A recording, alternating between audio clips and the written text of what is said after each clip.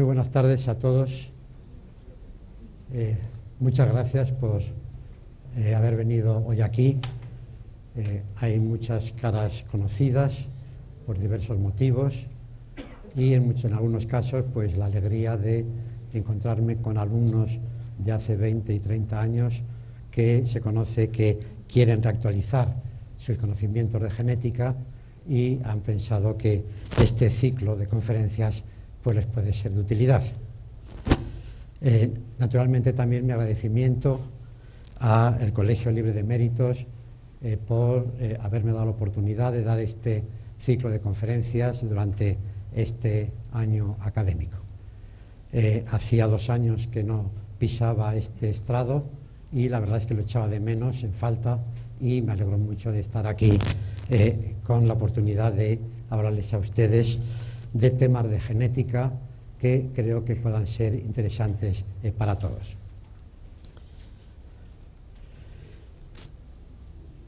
El título de la conferencia de hoy y el título del ciclo pues se merece destacar 2 protagonistas. Por un lado, el ADN, el ácido desoxirribonucleico, el material hereditario. Por otro lado, la biocracia. En la historia de la genética, la irrupción del ADN en la ciencia genética fue fundamental, de tal manera que puede decirse que en la historia de la genética el ADN marca un antes y un después, de tal forma que se puede hablar en la genética antes del ADN y en la genética después del ADN. Y ese antes y después pues se sitúa en torno a 1944 y 1952, que fue cuando, como comentaré después, cuando se demostró que los genes son ADN y no son proteínas, como se pensaba hasta entonces. Y, por otro lado, después de la genética y después del ADN, desde ese descubrimiento de su papel fundamental en la genética hasta el día de hoy. Y, por otro lado, el otro protagonista de este ciclo y de esta conferencia es la biocracia. Y yo supongo que más de uno de ustedes, al leer el título de este ciclo de conferencias, pues iría al diccionario a ver cómo define la biocracia. Y se encontrarían con la sorpresa de que la palabra biocracia no existe. La palabra biocracia no existe ni en el diccionario de la Real Academia Española, en su 23ª edición. No sé si en la próxima aparecerá o no. Ya tengo que decirles que yo mandé a la Academia mi propuesta de definición del término biocracia. No sé si me harán caso o no, y no sé si aparecerá o no. Tampoco aparece la palabra biocracia en el vocabulario científico y técnico de la Real Academia de Ciencias Exactas, Físicas y Naturales. No sé si en la edición, la 4ª que está en preparación, aparecerá o no.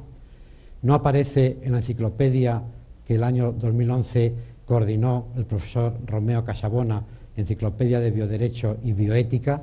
Tampoco aparece la palabra biocracia. No aparece en la Enciclopedia Británica, el año 2012, y ni siquiera aparece en Wikipedia. Entonces, eso quiere decir que el término biocracia parece que no existe.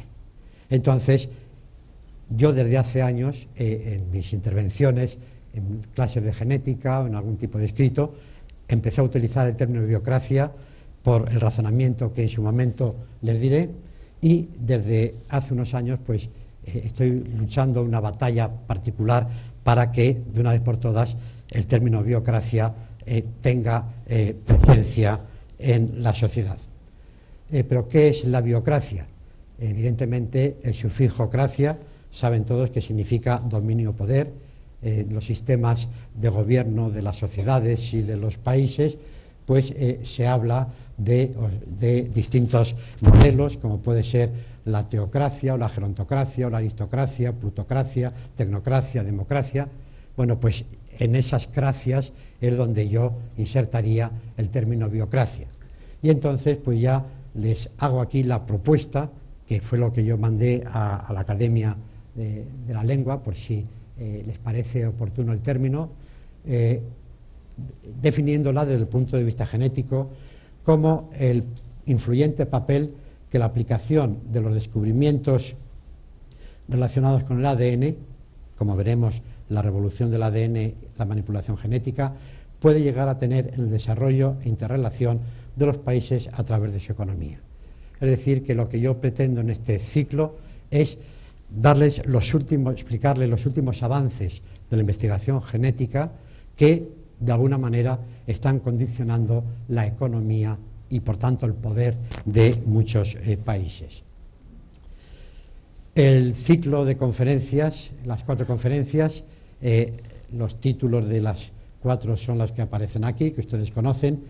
En la primera conferencia, la de hoy, lo que voy a tratar de exponer son las bases conceptuales y explicar, porque si no, el empezar a hablar de proyecto genoma humano, pues si no sabemos qué es un genoma, no se entiende bien lo que se quiere decir. Entonces, he preferido gastar la primera conferencia del ciclo en tratar de explicar unos conceptos básicos que serán de mucha utilidad para entender y sacar más partido de las otras 3 intervenciones, lo que tiene que ver con la genómica, la medicina genómica, las patentes de genes humanos, o lo que tiene que ver con la edición genómica y la genómica sintética, y para terminar con las plantas y alimentos transgénicos.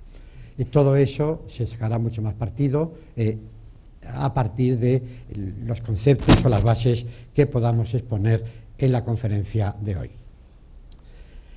Cuando se piensa en la genética, ¿cuándo nació la genética? Bueno, en realidad la genética no nació de forma instantánea. Lógicamente todas las cosas, los procesos intelectuales no son instantáneos, son un continuo, pero en cualquier caso hay 2 cuestiones que son importantes. Se puede decir que la genética nació como ciencia cuando fue capaz de dar contestación a 2 preguntas fundamentales. La primera pregunta es cuáles son las leyes de transmisión de los caracteres biológicos hereditarios, y ahí tiene mucho que ver, evidentemente, las experiencias de Mendel y todo lo que vino a continuación, pero eso ocurrió en el año del siglo XIX, 1865 y 66. Pero, sin embargo, se hablaba mucho de factores hereditarios, se hablaba mucho de genes, pero no se sabía qué eran los genes porque faltaba el conocimiento sobre la base molecular de la herencia, es decir, qué son los genes. Y eso, aunque parezca mentira, no se supo hasta 1944, es decir, a mitad del siglo pasado. Entonces se puede decir que el nacimiento de la genética fue un parto muy largo que rompió aguas con las experiencias de Mendel, y el parto final se produjo pues casi medio siglo o más después. Cuando se habla de genética hay 2 maneras de enfocar la disciplina. Por un lado, siguiendo el criterio primero que hubo en tiempos mendelianos, y que fue la propuesta que hizo un biólogo inglés, William Bateson, que decía que la genética era la ciencia que estudia la herencia y variación en los seres vivos. Es válida, por supuesto, ese planteamiento, pero yo preferí otro tipo de planteamiento que propuse pues, a partir del año 74, diciendo que la genética es la ciencia que estudia el material hereditario bajo cualquier nivel o dimensión. Y, precisamente, si vamos a hablar de ADN, el ADN es el material hereditario. Por eso es por lo que quiero dar importancia a recalcar estas ideas que les estoy diciendo. A partir de las experiencias de Mendel, la genética evidentemente creció con enorme rapidez, quizá por 3 razones. Una, por la posible aplicación que pudiera tener en obtener plantas y animales de mejores características, de mayor producción, etcétera, lo que es la mejora genética. Por otro lado, porque el propio ser humano podía ser sujeto de la investigación genética, y naturalmente eso era un estímulo para que la ciencia avanzara más deprisa. Y además también porque podía dar pistas o contestaciones al fundamento básico de la vida, su origen y su evolución. Y eso naturalmente eran razones poderosas para que esa nueva ciencia pues creciera con rapidez. Por otro lado, la genética está relacionada con todas las ciencias biológicas. dentro del campo de la biología, como pueden ser la bioquímica, citología, fisiología, microbiología, botánica, agricultura, zoología veterinaria, medicina, pero también con las demás ciencias experimentales, como son la química, la física, las matemáticas y la geología. Pero claro, al estar relacionada con tantas ciencias distintas, entonces las perspectivas cambian según con qué ciencias se esté relacionando, como veremos dentro de un momento. De tal manera que todo eso además motivará, como veremos, una diversidad de organismos y técnicas de estudio y una especialización de la genética que podía conducir a su ruina, pero no ha sido así por la disgregación que podía suponer. Lo que quería decir es que la genética, con estas fotografías tan de calendario, es el Monte Cervino, donde yo pues imagino, pero esto ya es de formación mía profesional, que la genética está en la cúspide de la cima y desde la cima pues se ve toda la llanura, pero con distintas perspectivas. En la llanura es donde están esas ciencias biológicas que mencionaba antes, fisiología, bioquímica, citología, etc. Pero también resulta que según en qué situación, en qué parte de la llanura se esté, se ve la montaña con una perspectiva distinta. Y para eso, pues me gusta utilizar esta diapositiva, donde resulta que una misma montaña, no sé, a algunos les resultará muy conocida, esta es la ciudad de Jaca, esto es la Peña Oroel, pero esa misma Peña Oroel, según de donde se mire, pues tiene distintas perspectivas. Y eso es lo que ocurre con la genética, que cuando la miran los bioquímicos, la ven de una manera distinta que cuando lo miran los zoólogos o cuando lo miran los botánicos o los médicos, etcétera, etcétera. Decía antes que esa relación de la genética con tantas ciencias dispares, pues produce una disgregación, porque son muchos los organismos con los que se puede manejar y es perfectamente posible y comprensible que podamos hablar de genética de virus, genética de bacterias, genética humana, o si estamos considerando un nivel de organización, podemos hablar de genética molecular, de genética celular, de genética de la transmisión o de genética de poblaciones, los 4 niveles de organización biológica, o bien a nivel de proceso, genética de desarrollo, genética evolutiva. ¿Y esto qué quiere decir? Que todos los que trabajamos en alguna de estas áreas, todos nos consideramos genéticos, y tan genéticos como el que más. Pero puede llegar un momento que esta disgregación, esta especialización, haga que no nos entendamos los propios genéticos. Y a veces pienso, y estoy seguro, que si un especialista en un tipo de genética, como puede ser, por ejemplo, la genética molecular, pues se va a un congreso, por ejemplo, de genética de poblaciones, pues no se entera de nada. Ni la genética de poblaciones a lo mejor se entera de nada de lo que hablan los genéticos moleculares, porque la disgregación es enorme por los distintos niveles de especialización. Pero, sin embargo, todos nos llamamos genéticos y todos creemos que tenemos la razón. ¿Por qué? Porque todos nos basamos en un concepto unitario que es el material hereditario, que es el denominador común que tienen todas las especializaciones de la genética. Y claro, ese material hereditario naturalmente es el ADN.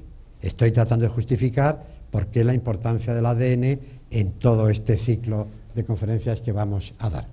Y entonces ese material hereditario pues se puede estudiar desde distintos aspectos, desde un punto de vista analítico estructural o dinámico o espacio-temporal, y todos son pues más diversificaciones y complicaciones o complejidades de la genética.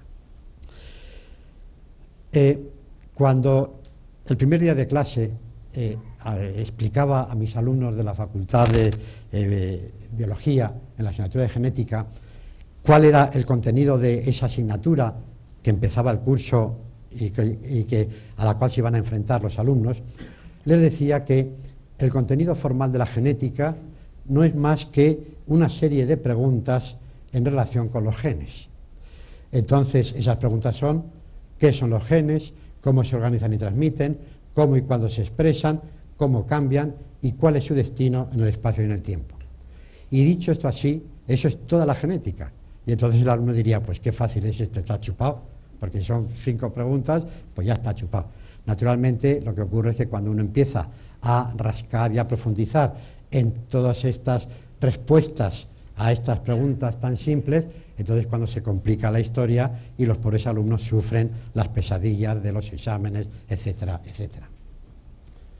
Pero en cualquier caso, lo importante era el ADN y hasta llegar al ADN, partiendo de las primeras investigaciones de Mendel, he utilizado, siempre me hace ilusión, estas fotografías, donde aquí estoy en el jardín donde Mendel hizo sus experimentos. Esto es la abadía de los agustinos de Brno, en la República Checa, y en este espacio es donde Mendel hizo sus experimentos. Mendel está allí en esa estatua, aquí aparece esta estatua, aquí estoy yo con mi mujer en un viaje turístico que hicimos allí, y esto fue una oportunidad para mí de oro que tuve, porque yo iba recomendado por el provincial de los agustinos de Madrid, que es el que gobierna la abadía de la República Checa, por razones eclesiales. Bien, el caso es que me dio una autorización para conocer la biblioteca del monasterio, una maravilla de biblioteca, y sobre todo a mí como genético enamorado de esa ciencia, el ver en este expositor, el ver los trabajos originales de Mendel, pues fue para mí un revulsivo que nunca olvidaré, y siempre que puedo pues enseño esta fotografía. En cualquier caso, centrándonos en el tema de la base molecular de la herencia, lo que son los ácidos nucleicos, entonces he estado diciendo que los genes son ADN, el material hereditario es ADN, aunque hay algunos organismos, algunos virus, donde los genes no son ADN, sino que es otro tipo de ácido nucleico, que es el ARN. En cualquier caso, como decía antes, el que los genes son ADN no se supo hasta el año 44, porque los bioquímicos de la época creían y estaban convencidos de que los genes tenían que ser las proteínas y no había manera de llevarles la contraria, y por eso todavía durante 8 años, hasta el año 52, no se aceptó de forma ya definitiva que efectivamente las proteínas no son los genes, que los genes son ADN. El ADN, sin entrar en detalles, no es el momento, pero lo único, pero sí es importante el pensar, es que los componentes del ADN básicos son un azúcar, una pentosa, unas bases nitrogenadas, que a todos nos suenan, adenina, guanina, timina, citosina, y un ácido fosfórico. Y lo que nos interesa también es saber que esos 3 componentes forman lo que se llama un nucleótido. Y eso es importante mantener esa terminología, porque el ADN es un polinucleótido, es decir, la molécula de ADN está formada por muchos nucleótidos. Todos saben que en la molécula de ADN se habla de la doble hélice, es el modelo estructural del ADN. Ese modelo estructural del ADN se conoció al año siguiente de cuando se aceptó ya que por fin que el ADN eran los genes, el año 53, por Watson y Crick.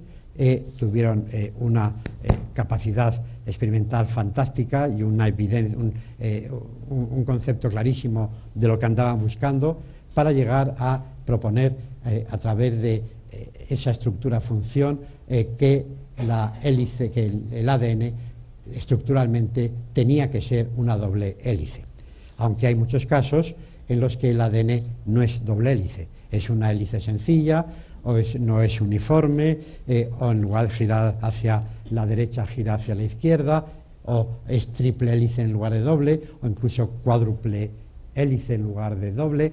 Bueno, todas esas son alternativas que todas tienen su explicación.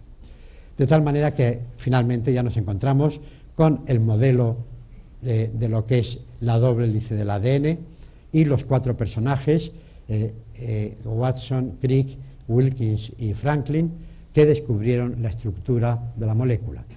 La estructura de la molécula se atribuye el modelo de la doble hélice a Watson y Crick. les valió naturalmente el premio Nobel ese descubrimiento, y fíjense que Watson tenía 25 años cuando hizo el descubrimiento.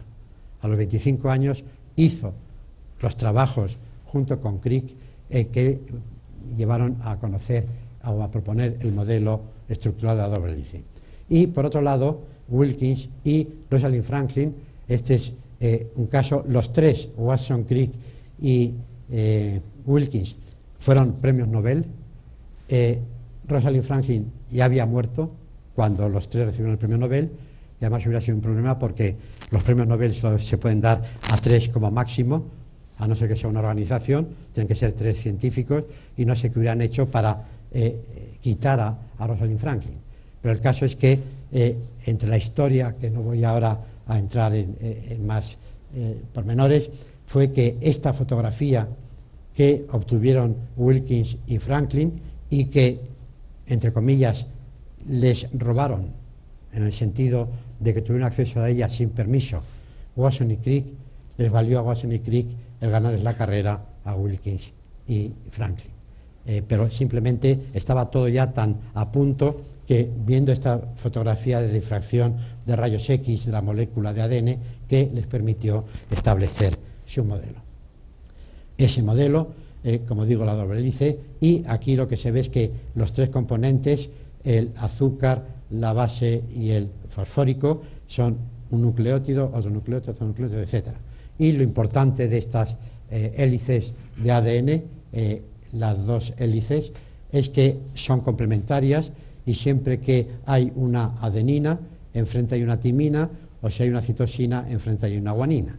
Y esto es lo que da las propiedades maravillosas que tiene el ADN en todos los procesos de replicación o de transcripción que son necesarios para que los genes se expresen. Entonces, está claro que la información genética está contenida en el ADN y que tiene una estructura doble helicoidal, que los genes son fragmentos de ADN más o menos largos, no es un punto como se pensaba antes, que eran puntuales, no, tiene una dimensión longitudinal, es un trozo de ADN más o menos largo. Y algo muy importante que no siempre se cae en ello, es que los genes no están dispersos en las células como quien echa los granos de sal en un huevo frito, es decir, cada grano de sal podría ser un gen, y al echar los granos sobre el huevo frito, pues ahí estarían todos los genes de la célula. Bueno, esto que evidentemente no es así, puesto que los genes están organizados en lo que se llaman los cromosomas, que forman el núcleo de las células, pero es que yo recuerdo en un congreso, en un curso de verano de la Universidad Complutense en el Escorial, era un curso sobre el proyecto Genoma Humano en sus principios, y vinieron muchos profesores extranjeros, y recuerdo una conferencia de un profesor norteamericano, fantástico, pionero en la materia y tal, que cuando termina su intervención y se abre el coloquio a los alumnos, uno de los alumnos presentes en el aula le dice, el profesor había hablado en inglés, había traducción simultánea, el alumno le dice, pero esos genes humanos que usted está hablando son como granos de sal sobre un huevo frito, el mismo ejemplo que les he puesto yo. Y claro, el profesor norteamericano sacudía los auriculares pensando que no funcionaba bien la traducción simultánea, porque no entendía que después de haber dado un curso maravilloso sobre el proyecto Genoma Humano, viniera alguien preguntándole si los genes estaban como los granos de sal en un huevo frito. No, los genes están organizados en lo que se llaman los cromosomas, y cada cromosoma no es más que una molécula lineal bicatenaria de ADN. Eso es un cromosoma. Lo que pasa es que cuando nosotros vemos cromosomas, como en esta célula humana, bueno, pues aquí los cromosomas humanos los vemos perfectamente, porque esa molécula de ADN a lo largo del ciclo celular se condensa más o menos o se descondensa, pero cuando son más fáciles para la observación al microscopio óptico es cuando están en su máxima compactación, como es el caso de esto que se llama la metafase de una célula somática. Entonces, vistos los componentes de lo que es el ADN,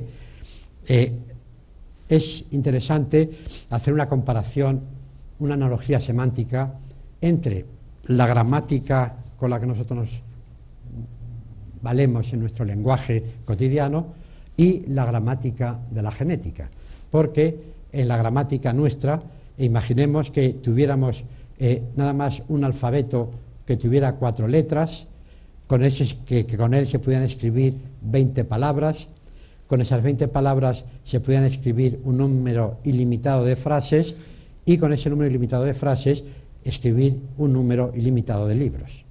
Bueno, pues esto, lo que ocurre desde el punto de vista biológico-genético, es que las letras genéticas son las bases nitrogenadas adenina, timina, guanina, citosina, las palabras son aminoácidos, lo mismo que los nucleótidos son componentes del ADN, los aminoácidos son componentes de las proteínas, 20 aminoácidos que forman ilimitadas proteínas y esas proteínas constituyen ilimitados organismos, de tal manera que tenemos una analogía entre un lenguaje gramatical con el lenguaje biológico-genético. Ese lenguaje biológico-genético se lleva a cabo gracias a una serie de procesos, todos ellos conocidos desde hace ya muchos años. Cuando se descubrieron, valieron el premio Nobel a sus descubridores, por supuesto, que son pues la naturaleza del ADN, la clave de codificación, los mecanismos de transcripción, traducción y regulación. Porque de lo que se trata es que sabemos que la información genética está en el ADN, pero lo que no sabe la gente, no tiene por qué saberlo si no ha estudiado biología, o a lo mejor ya se le ha olvidado, el caso es que, ¿en qué consiste la información genética? Pues simplemente en la ordenación secuencial de las bases nitrogenadas. Porque Crick, el mismo que propuso la estructura doble helicoidal del ADN, para mí uno de los genéticos más importantes que ha habido, tenía una cabeza extraordinaria por las cosas que decía y hacía. Bien, el caso es que él propuso el año 58 lo que se conoce como la hipótesis de la secuencia, es decir, no fue una demostración experimental, fue sencillamente con los datos conocidos y argumentando las cosas, propuso la hipótesis de que la secuencia de bases nitrogenadas del ADN determina la secuencia de aminoácidos de la proteína. Y entonces lo fundamental es que si se llega a conocer, como veremos con la genómica, la secuencia de bases del ADN, podemos saber qué proteína codifica ese gen. Con lo cual, toda la base de la genética molecular actual está, digamos, basada en esta hipótesis de la secuencia. Hipótesis que se demostró verdadera, pero ya se fue años más tarde, cuando, a través del descubrimiento de la clave del código genético y de los procesos de transcripción y traducción, todo esto entre los años 61 y 66, demostraron que la hipótesis de Crick del año 58 era correcta. Entonces, lo que les acabo de decir, para que entre un poco más gráficamente, es que la molécula de ADN, con las dos hélices, que no represento aquí como en espiral, sino como estas dos líneas rectas, una de ellas, lo que se llama la hélice codificadora, tiene una secuencia de bases nitrogenadas que se van a transcribir a otro tipo de ácido nucleico, lo que se llama el ARN mensajero, con una secuencia también de bases nitrogenadas, y esa secuencia del mensajero será traducida, proceso de traducción, para producir la síntesis de proteínas. Porque una cosa es decir, la hipótesis de la secuencia de bases del ADN determinará la secuencia de aminoácidos en las proteínas, y otra cosa es decir, bueno, pero eso, ¿cómo se pasa de una molécula ácido nucleico a una molécula proteína? Bueno, pues todo eso es lo que se realiza en el proceso de transcripción y de traducción. Entonces, para ir situándonos en el momento en el que estamos actualmente en la genética, me parece importante hacer este pequeño esquema de las etapas cronológicas que ha vivido la ciencia genética desde su inicio. 1865 es cuando Mendel hace públicos el resultado de sus experimentos con guisantes, hasta el año 40, es decir, durante 70 años casi, pues todo esto se dedica al estudio de la herencia de los caracteres biológicos, la genética de la transmisión. Pero llegó un momento en que los científicos de la época dijeron, bueno, sabemos todo de ley de transmisión, pero no sabemos qué son los genes. Y entonces fue cuando durante 20 años, del 40 al 60, se estudia la naturaleza y propiedades del material hereditario. Y una vez que ya se conoce el ADN y sus características y propiedades, el siguiente paso es decir, bueno, pero ese ADN con esa información genética, ¿cómo se expresan los genes? Y esos mecanismos de acción génica se descubren y se explican desde los años 60 al 75 mediante todo lo que es la clave genética, la transcripción y traducción y la regulación de los genes, porque, claro, todas las células de un organismo pluricelular, por ejemplo el humano, todos los millones de células que tengamos en el cuerpo, teóricamente todas tienen la misma información genética, pero es lógico pensar que una célula de cerebro no necesita utilizar los mismos genes que una célula de hígado o que una célula de riñón. Entonces tiene que haber mecanismos de regulación de la expresión de los genes. Y esa regulación de la expresión de los genes es lo que hace ese proceso tan maravilloso que es el desarrollo, que de una célula inicial única, el producto de la fecundación de los gametos, lo que en biología se llama el cigoto, se llega a formar un individuo adulto de la especie en cuestión. Y todo eso sucede porque todo está controlado por los genes. Entonces, toda esta parte de genética de desarrollo realmente es algo fantástico. El año 75 se inicia una nueva etapa de la genética, lo que se conoce como la nueva genética, que está basada en la tecnología de los ácidos nucleicos. Es decir, las 4 tecnologías fundamentales a las que me refiero son la fragmentación, el poder cortar moléculas de ADN por donde le interese al investigador cortarlas, fenómeno o tecnología de hibridación, es decir, mezclar 2 hélices de ADN de moléculas distintas para formar una nueva molécula de ADN híbrida.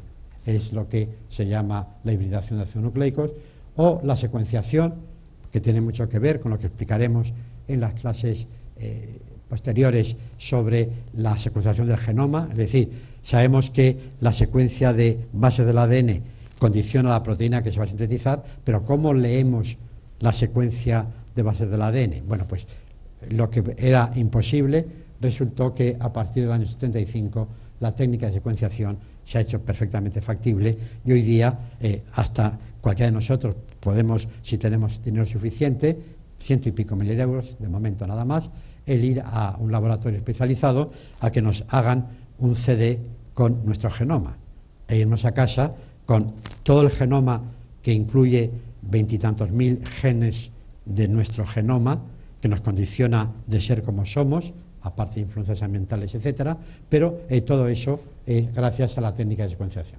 Y la técnica de amplificación es una manipulación de laboratorio que de enorme utilidad, le valió el premio Nobel al científico que la puso a punto, que consiste, pues, por ejemplo, cuando hay un crimen, una violación, en fin, se busca un resto orgánico del posible criminal, en fin, un trocito de algo para que haya ADN, esa mínima muestra de ADN se puede amplificar a millones y millones de copias para poder hacer todas las investigaciones que sean necesarias. Entonces, con estas 4 técnicas, fragmentación, hibridación, secuenciación y amplificación, se puede hacer todo lo que luego veremos llamamos la manipulación genética.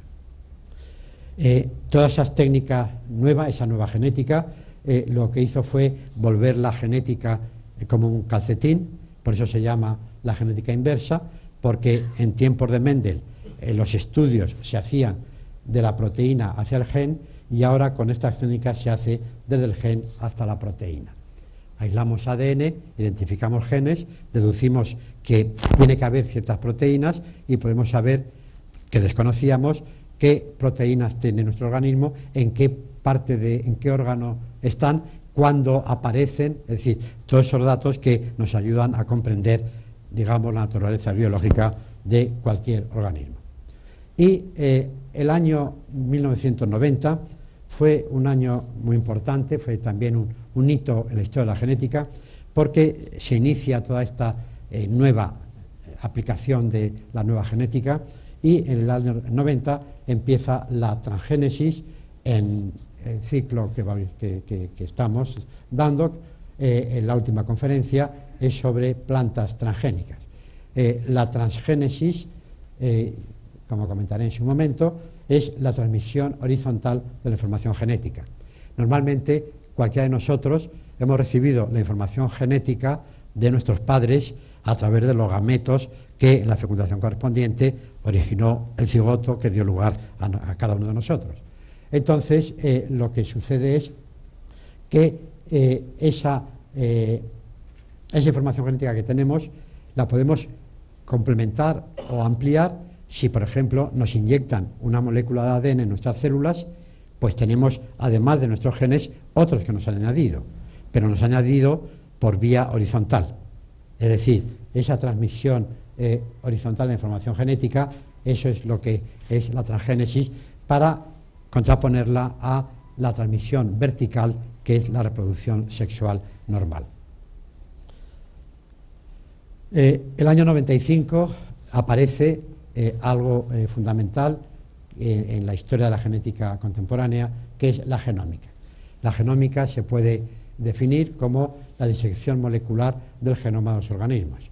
Lo mismo que en anatomía se puede diseccionar cualquier organismo, cualquier órgano, cualquier tejido y separar en sus componentes básicos biológicos, pues a nivel genético lo más que podemos hacer es decir que este organismo, por ejemplo, el organismo humano, pues no es más que 3.000 millones de bases nitrogenadas que constituyen nuestro genoma. Y eso, naturalmente, es hacer una disección, una reducción máxima de lo que es cualquier organismo. Eso es lo que es la genómica. Y dentro de esa genómica, pues naturalmente, como aquí mismo se indica, pues algunos de los temas más actuales, como son la genómica sintética o como la edición genómica, pues de todo eso hablaremos, lo mismo que la genómica comparada a la ambiental y la metagenómica. Y, en definitiva, entonces, todos estos últimos avances de la genómica son parte muy importante de este ciclo de conferencias. Con todo lo que les estoy diciendo, evidentemente, dentro de la historia de la genética, en relación con la biología y con la sociedad, pues en primer lugar, lo que decía antes, que en la genética el ADN ha supuesto un antes y un después en la historia de la genética, porque supuso un cambio de paradigma como quizá no ha habido en otras ciencias experimentales. La aparición del ADN supuso un cambio de paradigma fundamental, no solo por las repercusiones que ha tenido en la biología, sino también en la genética, en la biología e incluso está teniendo en la sociedad, que es de lo que vamos a hablar también en este curso. Decía antes que a partir de un cierto momento esa nueva genética basada en la tecnología de los ácidos nucleicos nos ha llevado a lo que se llama manipulación genética. La manipulación genética lo que consiste es en operar con técnicas genéticas y manejando los genes de tal manera que dentro de la célula hay una maraña inmensa de moléculas de ADN, poder identificar dónde está un gen que nos interesa, ese gen aislarlo, ese gen caracterizarlo, estudiarlo, ese gen poder pasárselo a otra célula de otro tejido, de otro individuo, de otra especie, y podemos pasar genes humanos a especies animales o genes animales a la especie humana. Entonces, todo eso es lo que se llama manipulación genética. Lo que ocurre es que el término manipulación genética no cae bien en la sociedad. Si ya cuando alguien no entiende bien las cosas le asustan los Frankenstein de laboratorio, si encima a eso le llamamos manipulación, pues todavía peor. Pero lo que hay que entender es que la manipulación genética no se utiliza el término manipular en el sentido peyorativo de hacer las cosas en beneficio propio y perjudicar a terceros, sino en, como dice la primera acepción de la Academia de la Lengua, del diccionario de la Real Academia Española, es manipular, es operar con las manos o con cualquier instrumento.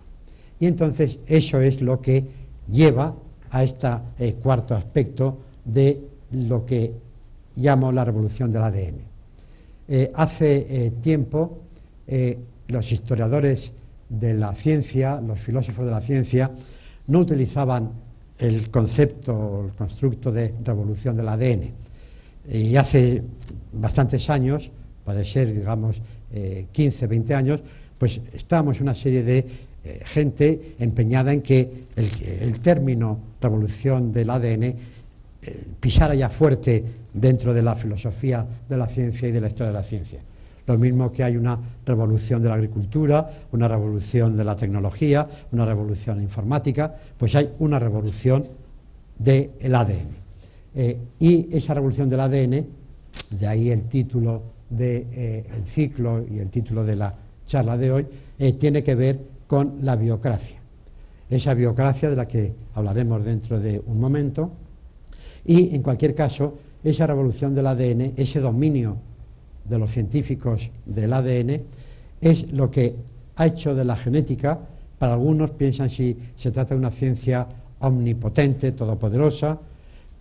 Otros muchos piensan que el ADN es algo así como la nueva piedra filosofal de la biología, porque con ADN todo tiene la culpa de las cosas el ADN, o el ADN lo puede arreglar todo. Realmente las cosas son muy importantes. Entonces, como decía antes, insisto para recordarlo y entrar en materia, que yo entiendo por biocracia el papel que tiene la aplicación de esos descubrimientos de los que hablaremos relacionados con el ADN, la revolución del ADN y la manipulación genética, que puede llegar a tener en el desarrollo e interrelación de los países a través de su economía.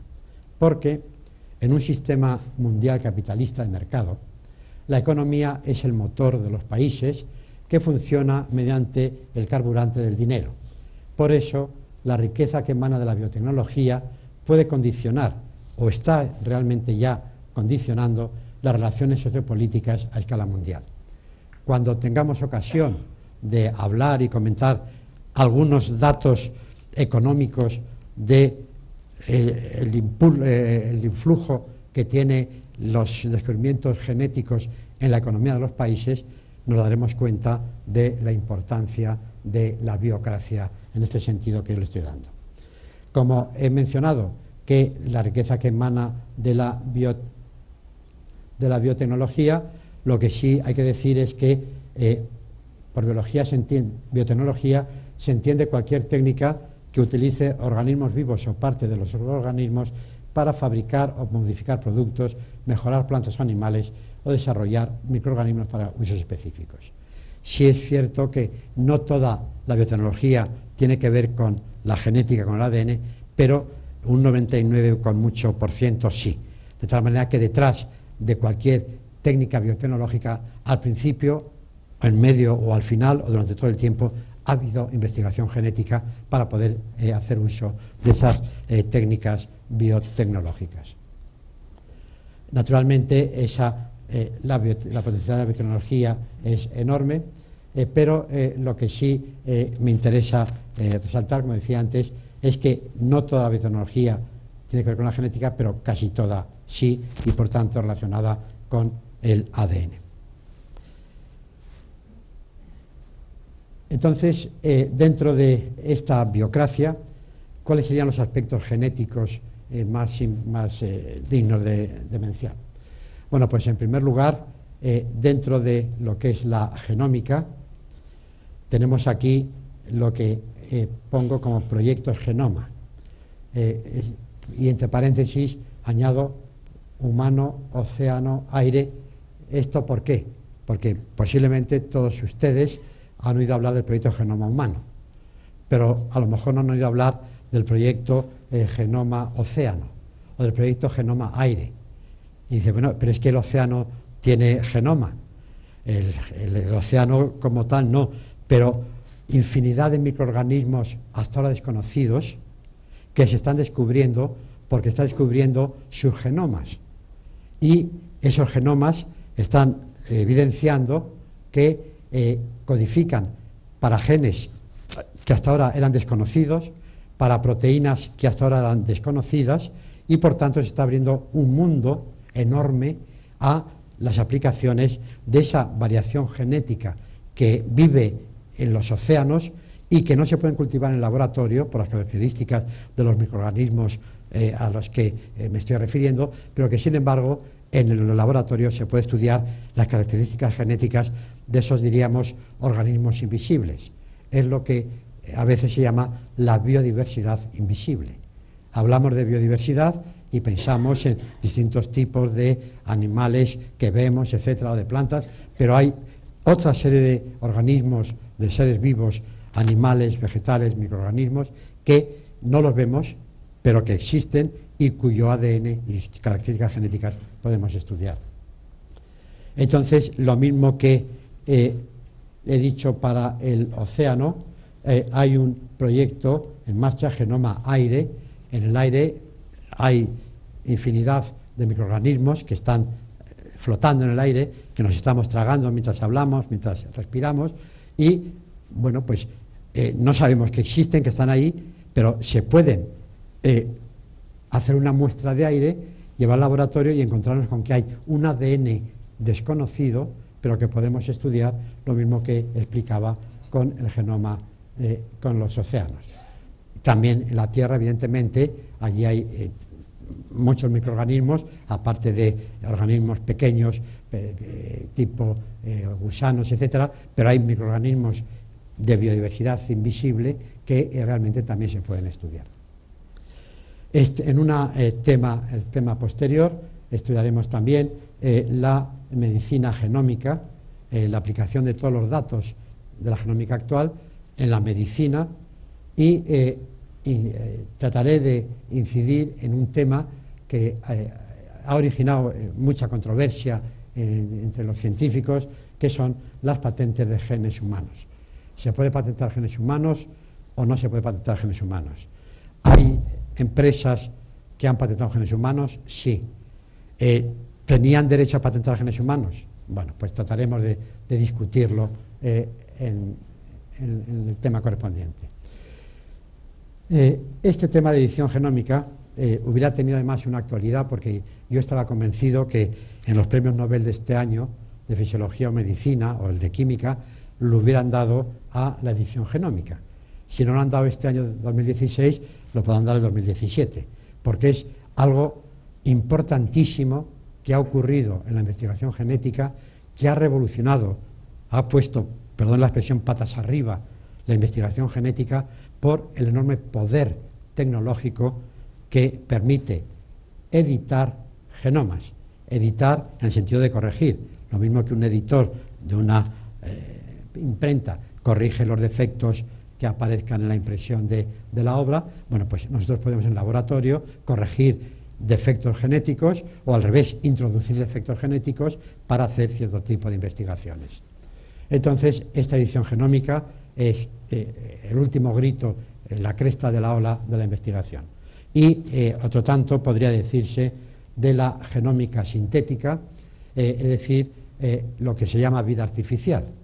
Si somos capaces de manipular ADN, etcétera, ¿por qué no construimos nosotros un genoma artificial y construimos un organismo que la naturaleza no había construido antes? Todo eso se está haciendo. Entonces, el enorme poder que eso puede dar, como comentaré en el día correspondiente, desde el punto de vista económico, porque, como decía un investigador muy importante, Craig Venter, decía, he inventado el organismo de los 1.000 millones de dólares, porque claro, lo ha patentado. Y naturalmente, cuando uno patenta ese tipo de investigaciones, pues luego viene el resarcimiento económico a esos esfuerzos de las personas y de las empresas que costean esas investigaciones. Y también, como aspecto genético relacionado con la biocracia, la transgénesis, de la cual nos hablaremos solamente en el último día de las plantas transgénicas, porque ya animales transgénicos no me daría tiempo de meterlo. Entonces, para terminar, todas estas maravillas que trataré de explicarles a ustedes en los próximos días sí me parece importante recoger esto que el año 67 dijo Marshall Nirenberg. Marshall Nirenberg fue premio Nobel por el desciframiento de la clave del código genético, pero que decía, mucho antes de ser premio Nobel, cuando todavía era joven, decía: el hombre puede ser capaz de programar sus propias células con información sintética mucho antes de que pueda valorar adecuadamente las consecuencias a largo plazo de tales alteraciones, mucho antes de que sea capaz de formular metas y mucho antes de que pueda resolver los problemas éticos y morales que surgirán. Cuando el hombre llegue a ser capaz de dar instrucciones a sus propias células, deberá contenerse de hacerlo hasta que tenga la clarividencia suficiente para usar su conocimiento en beneficio de la humanidad. Realmente, esto dicho así, es realmente fantástico. Este es un tema central de la bioética, pero en ese tema central de la bioética, el año pasado, con ocasión de la edición genómica, del descubrimiento, etcétera, leí esto que decía un científico, Travis, el año 2015, que decía: cuando no podíamos hacerlo, era fácil decir que no deberíamos hacerlo. El problema que hay hoy es que todo lo podemos hacer y entonces, ¿quién se atreve a no hacerlo? Nada más, muchas gracias, estoy a su disposición.